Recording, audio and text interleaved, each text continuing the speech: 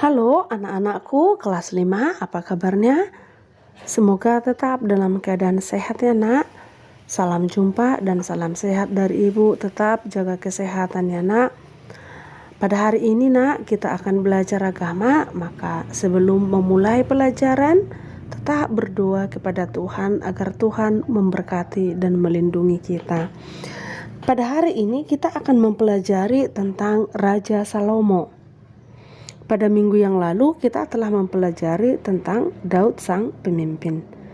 Ibu mengulangi kembali bahwa raja pertama Israel itu adalah Saul, kedua adalah Daud, dan yang ketiga adalah Salomo. Raja Salomo ini adalah putra dari Daud. Setelah Daud berdosa, maka Allah memilih putra Daud, yaitu yang bernama Salomo, menjadi raja ketiga di Israel. Dalam kehidupan sehari-hari sering kita tidak tahu apa yang kita inginkan pada saat berdoa. Maka kadang-kadang berdoa itu tidak sesuai dengan permintaan kita. Kita tidak sadar akan permintaan kita. Kita sering memohon kepada Tuhan tanpa kita pikirkan apa yang kita minta. Melalui pelajaran ini, Raja Salomo ini kita diharapkan mampu memahami dan doa Salomo yang berkenan pada Tuhan. Dia memohon sesuatu yang sangat tepat dalam tugasnya, yaitu hikmat kebijaksanaan sebagai sang raja.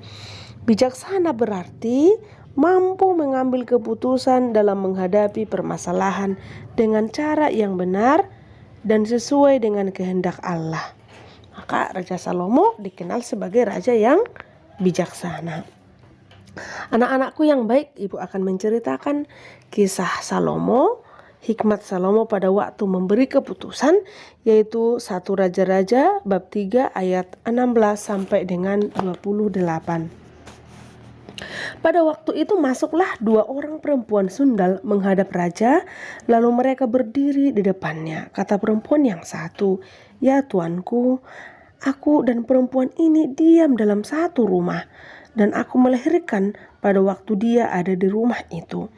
Kemudian pada hari ketiga sesudah aku, perempuan ini pun melahirkan anak. Kami sendirian, tidak ada orang luar bersama-sama kami dalam rumah. Hanya kami berdua saja dalam rumah. Pada waktu malam, anak perempuan ini mati karena ia menidurinya.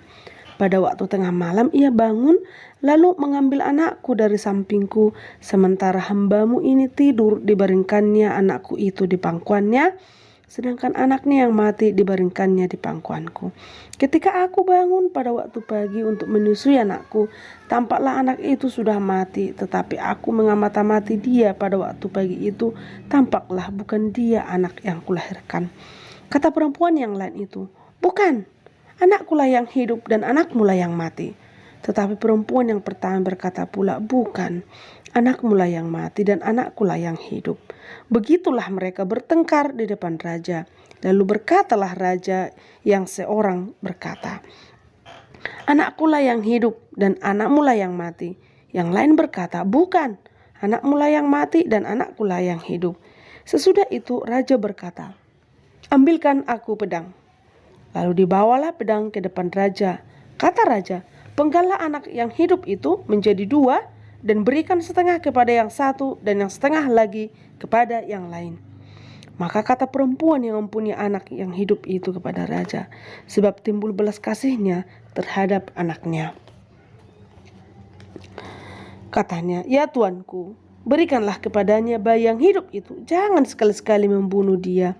Tetapi yang lain itu berkata, "Supaya jangan untukku ataupun untukmu, penggallah."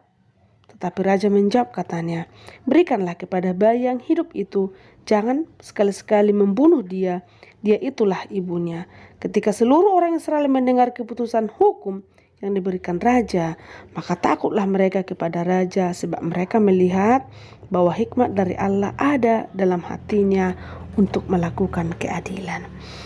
Demikianlah ceritanya nak, ya. Salomo dikenal raja yang bijaksana. Dia tahu apa yang dia butuhkan sebagai raja. Dia tidak meminta kemewahan atau umur yang panjang, tetapi dia meminta hikmat dan kebijaksanaan. Salomo adalah seorang pemimpin yang bijaksana.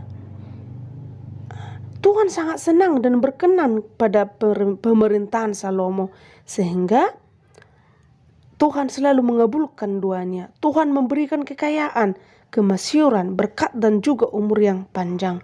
Tuhan senantiasa membimbingnya dalam menjalankan tugasnya. Salomo adalah seorang pemimpin yang bijaksana. Ia ingin sekali rencana dan perbuatannya berkenan di hadapan Tuhan. Dan Tuhan sangat senang dengan dia. Raja Salomo merupakan teladan bagi kita tentang kebijaksanaannya, nak. Dalam hidup sehari-hari seperti di rumah, di lingkungan, sekolah, kita harus bertindak bijaksana. Misalnya, ketika sahabat kita bertengkar, kita harus melerainya dan bukan membuat mereka semakin emosi dan bertengkar hebat. Selain itu juga kita harus bijaksana sebagai anak, kakak atau adik di rumah dan di mana saja berada. Maka jadilah bijaksana ya, nak.